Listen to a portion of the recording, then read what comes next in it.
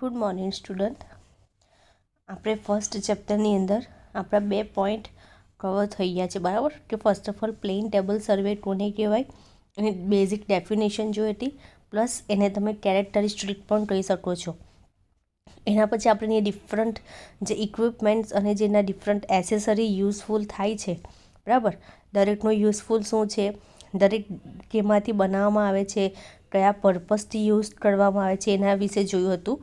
જેમાં આપણે ઇક્વિપમેન્ટ્સમાં plane table, second એલિડેડ અને ટ્રીપોડ, આટલી 3 વસ્તુ જોઈ હતી. પ્લસ એસેસરીઝમાં થ્રુ કમ્પાસ, પછી સ્પિરિટ લેવલ, પછી તમારું plum Bob, drawing paper etcetera બધું જોયું હતું. પ્લસ એને ટેબલ ફોર્મમાં પણ આપણે જોયું હતું કે ટેબલ ફોર્મમાં કેમ બધા શોર્ટમાં બધાનો યુઝ લખીને આપ્યો છે આ રીતે, બરાબર?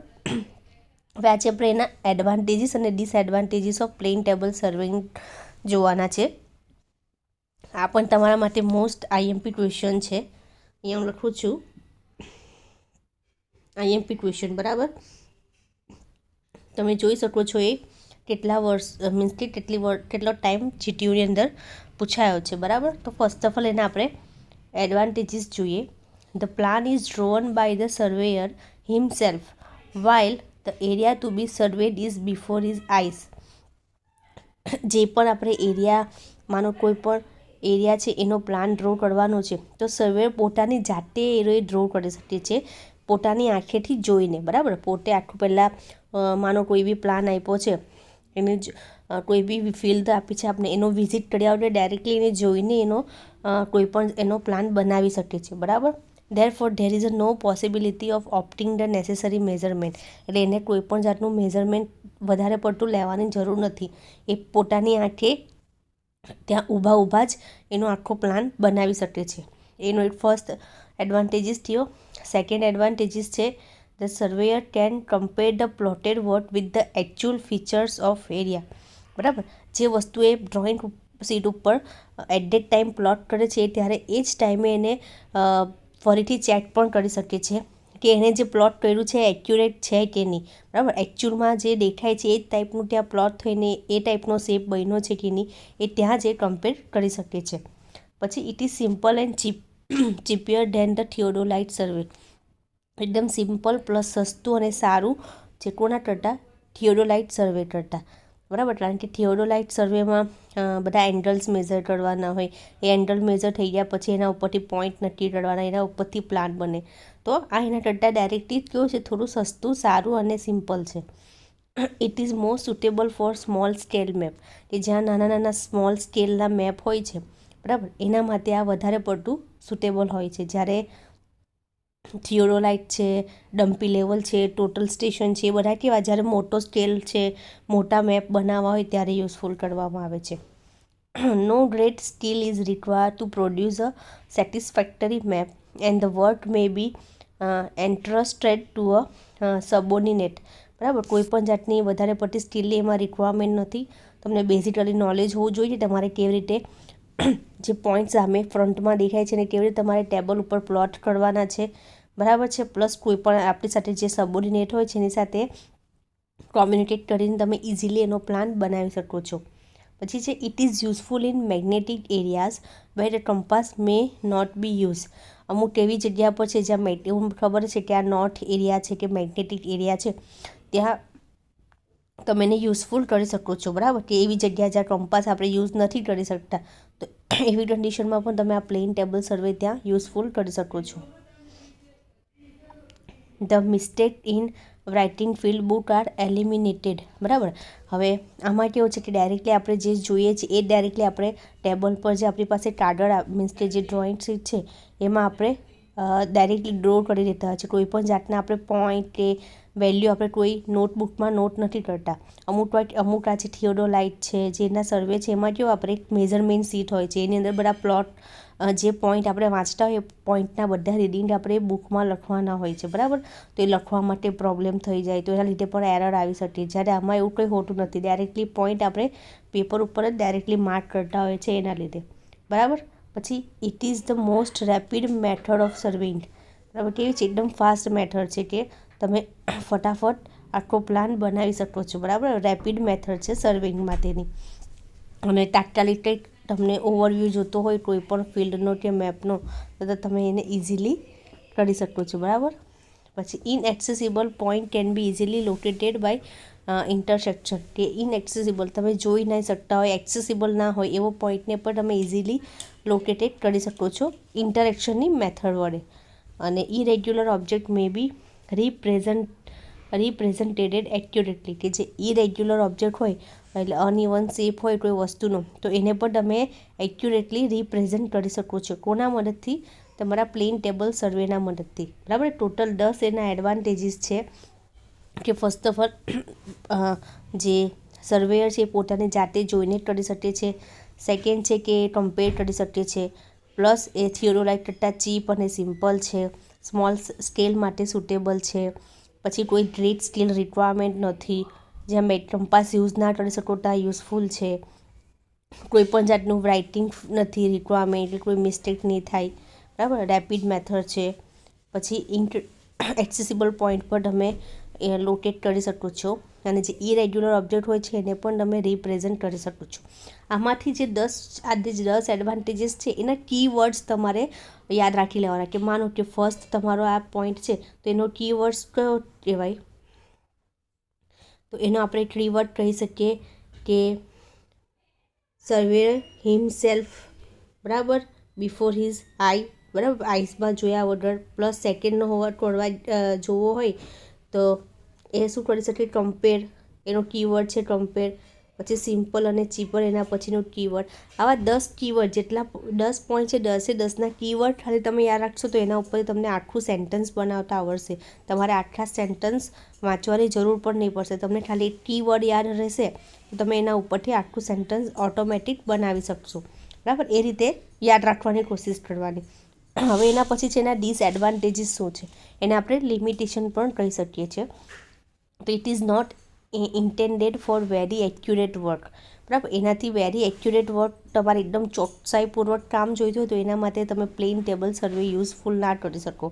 આ કેવું છે, આપણે કોઈ પણ મેપ છે ને એક ઓવરવ્યૂ આપી શકીએ છીએ, એક્યુરેટ નથી. બટ અમુક વાર કેવું થાય કે અમુક વેધર કન્ડિશનના લીધે, અમુક આપણે ઇન્સ્ટ્રુમેન્ટ પ્રોપર સેટ ના કર્યો તો એના લીધે બધી એરર આવતી હોય જે આપણે ત્યાં ખબર નહીં પડતી હોય, તો એના માટે આપણે એક્યુરેટ વર્ક માટે આ યુઝફુલ નથી.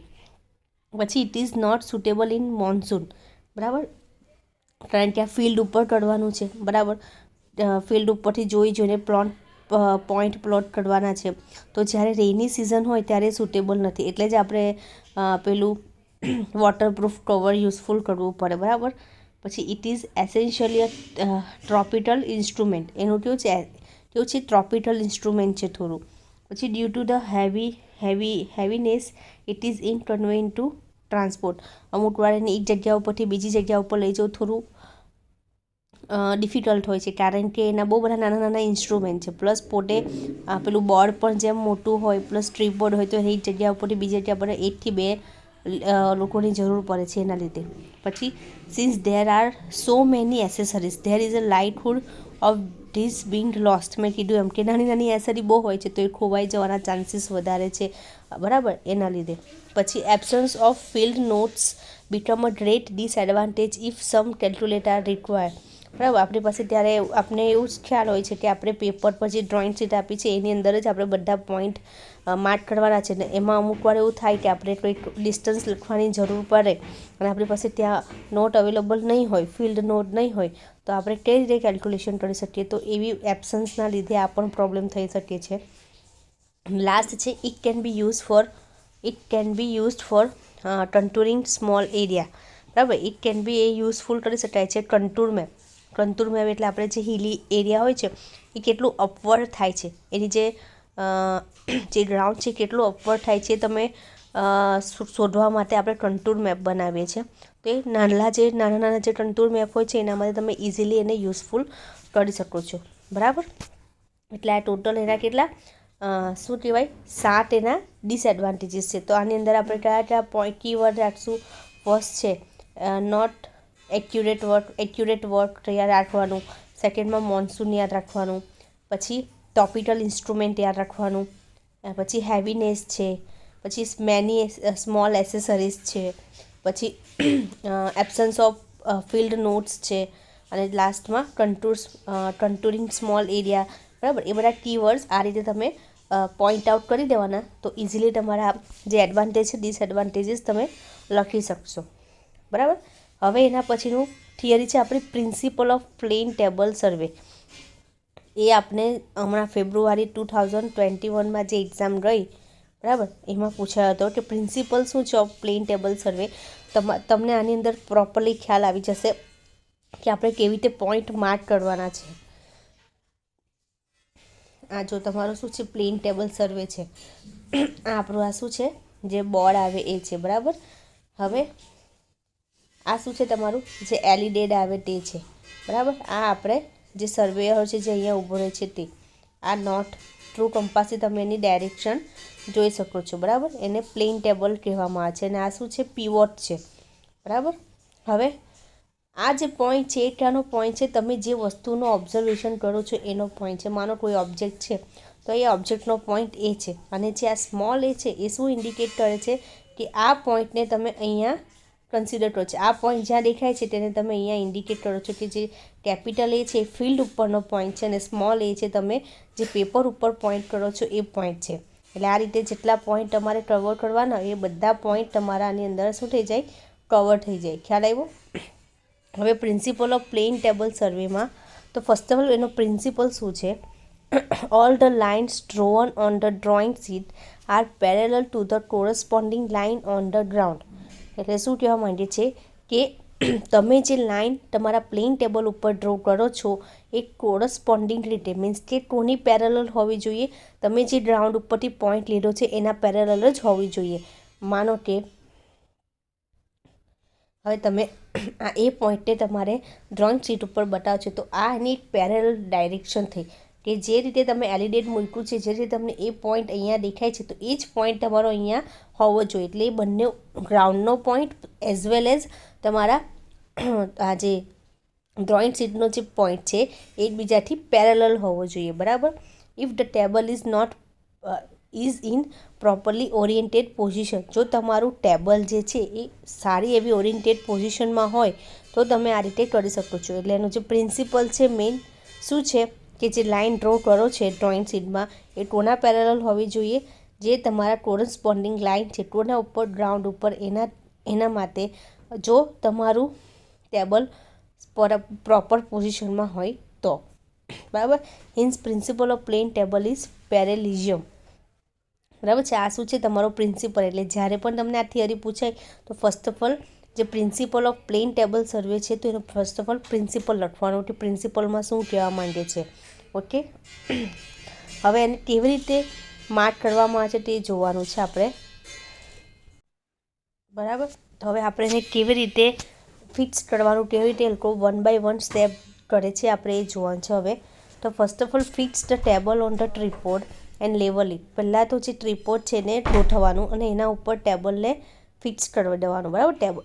ટ્રીપોડ ઉપર જે આપણું ડ્રોઈંગ બોર્ડ છે એને શું કરી નાખવાનું, ફિક્સ કરી દેવાનું. પછી transfer the survey station on the drawing paper as O, બરાબર. ટ્રાન્સપોર્ટ ઓન જે સર્વે સ્ટેશન છે આપણું એને ડ્રોઈંગ પેપર ઉપર ઓ તરીકે માર્ક કરવાનું છે. તમે જોઈ શકો છો અહીંયા આ જે ઓ છે તે તમારા કયો પોઈન્ટ છે, જે ગ્રાઉન્ડ ઉપર નીચે જે સેન્ટરમાં પોઈન્ટ આવશે ટ્રીપોડ ગોઠવ્યા પછી, માનો કે આ ટ્રીપોડ ગોઠવ્યું છે તો એનું આ જે સેન્ટરનું પોઈન્ટ છે ઓ, તે તમારા સીટ ઉપર ઓ આવવું જોઈએ. એટલે ઓ તમારે પહેલાં ફર્સ્ટ ઓફ ઓલ માર્ક કરી દેવાનું, બરાબર. Now place the alidade on the paper such that 0 mark of alidade coincide with the point O on the paper. This process is called pivoting. હવે શું કરવાનું છે, તમારે એલિડેટ મૂકવાનું છે અને જ્યારે 0 માર્ક કરે એ રીતે તમારે એને ઓની સાઈડ ઉપર છે ઓ પોઈન્ટ છે એ રીતે તમારે એની પેપર ઉપર એને મૂકવાનું છે. તમે જોઈ શકો છો અહીંયા આપણે આ એલિડેટ મૂક્યું છે, બરાબર. એ ક્યાં છે, ઓની ડાયરેક્શનમાં જ છે, પ્લસ એ 0 માર્ક થયેલું હોવું જોઈએ એ રીતે તમારે એને ગોઠવવાનું છે. તો એ જે પ્રોસેસ છે એને પિવોટિંગ તરીકે ઓળખવામાં આવે છે. એટલે મે બી કોઈ વાર તમને ડેફિનેશનમાં પૂછાઈ જાય પિવોટિંગ કોને કહેવામાં આવે તો તમારે આની આ રીતે ડેફિનેશન લખવાની. પછી pivoting directed about O, rotate it sight A on the ground અને ડ્રો રે ઓ એ, બરાબર. પછી એને જે ગ્રાઉન્ડ ઉપર તમને જે પોઈન્ટ નક્કી કરેલો એ પોઈન્ટ ઉપર થોડું સ્લાઇડ આમથી તેમ કરવાનું, અને એ પોઈન્ટ જે ગ્રાઉન્ડ ઉપરનો નક્કી કરેલો છે તે પોઈન્ટ તમે જ્યાંથી જોવો છો તમારી આંખ ઉપરથી આઈ પાસેથી, તો એક પેરેલલ લાઇનમાં હોવો જોઈએ. ત્યાર પછી તમારે એને તમારા સીટ ઉપર માર્ક કરવાનો છે, ડ્રો કરવાનો છે ઓથી એ લાઇન, બરાબર. એકચ્યુઅલમાં ડિસ્ટન્સ એ લાંબુ હોય છે, પણ આપણી પાસે આટલા પ્રમાણમાં સીટ અવેલેબલ છે. ઓકે, તો આપણે આટલો ડિસ્ટન્સ પરત કરવાનો, અને એકચ્યુઅલમાં આ ડિસ્ટન્સ અહીંયાથી લઈને આ ડિસ્ટન્સ તમારે આપણે ટેપ કે ચેનની મદદથી મેઝર કરવાનું હોય. એ આપણે બીજા લોકો કરતા હોઈએ છીએ. માનો કે આખી ટીમ વર્ક કરતી હોય તો 2 જણા ડ્રોઈંગનું કામ કરતા હોય તો 2 જણા એકચ્યુઅલમાં નીચેનું ઓરિજિનલ ડિસ્ટન્સ મેઝર કરતા હોય છે. આની અંદર લખ્યું છે કે measure distance O A on the ground and plot it along the ray to get A, બરાબર છે. હવે માનો કેવી રીતે હું તમને સમજાવું કે અહીંયાને આજે આ ઓ આપણે જમીન પર માર્ક કરવાના એ, આનું ડિસ્ટન્સ આવ્યું આપણે 32, બરાબર. તો 32 જેટલું માપ આને અહીંયા બતાવવું જોઈએ. જેટલું એકચ્યુઅલમાં 32 છે એટલું એને અમુક સ્કેલમાં કન્વર્ટ કરીને આ ડિસ્ટન્સ પણ એટલું જ આપણે કન્વર્ટ કરવાનું, બરાબર. માનો કે આ મીટરમાં હોય તો આપણે એને સેન્ટીમીટરમાં ફેરવીને એને એકચ્યુઅલ સીટ ઉપર બતાવવાનું હોય છે, બરાબર. કે normally point O A B C આ જે કેટલા કેપિટલ છે બધા કેટલા એટોના પોઈન્ટ છે, ગ્રાઉન્ડ ઉપરના પોઈન્ટ છે. It's at represent the point on the ground while the point O small O A B C etcetera represent the point on the drawing paper. જે કેપિટલ છે એ બધા કયા પોઈન્ટ શું ઇન્ડિકેટ કરે છે કે ગ્રાઉન્ડ ઉપરના પોઈન્ટ છે, અને જેટલા સ્મોલ છે એ બધા શું ઇન્ડિકેટ કરે છે કે પેપર ડ્રોઈંગ પેપર ઉપરના એ છે. ખ્યાલ આવી ગયો? એટલે આ રીતે તમારો આખો પ્લેન ટેબલ સર્વેનો પ્રિન્સિપલ છે કે તમારે કેવી રીતે તમે પોઈન્ટ પ્લોટ કરતા જાઓ છો. ઓકે, એકવાર આની અંદર આની આખી પ્રોસેસ 1 by 1 વાંચજો તો તમને વધારે ખ્યાલ આવશે કે કેવી રીતે પોઈન્ટને માર્ક કરવામાં આવે છે. ઓકે, તે ડાઉટ હોય તો પૂછી શકો છો. Thank you.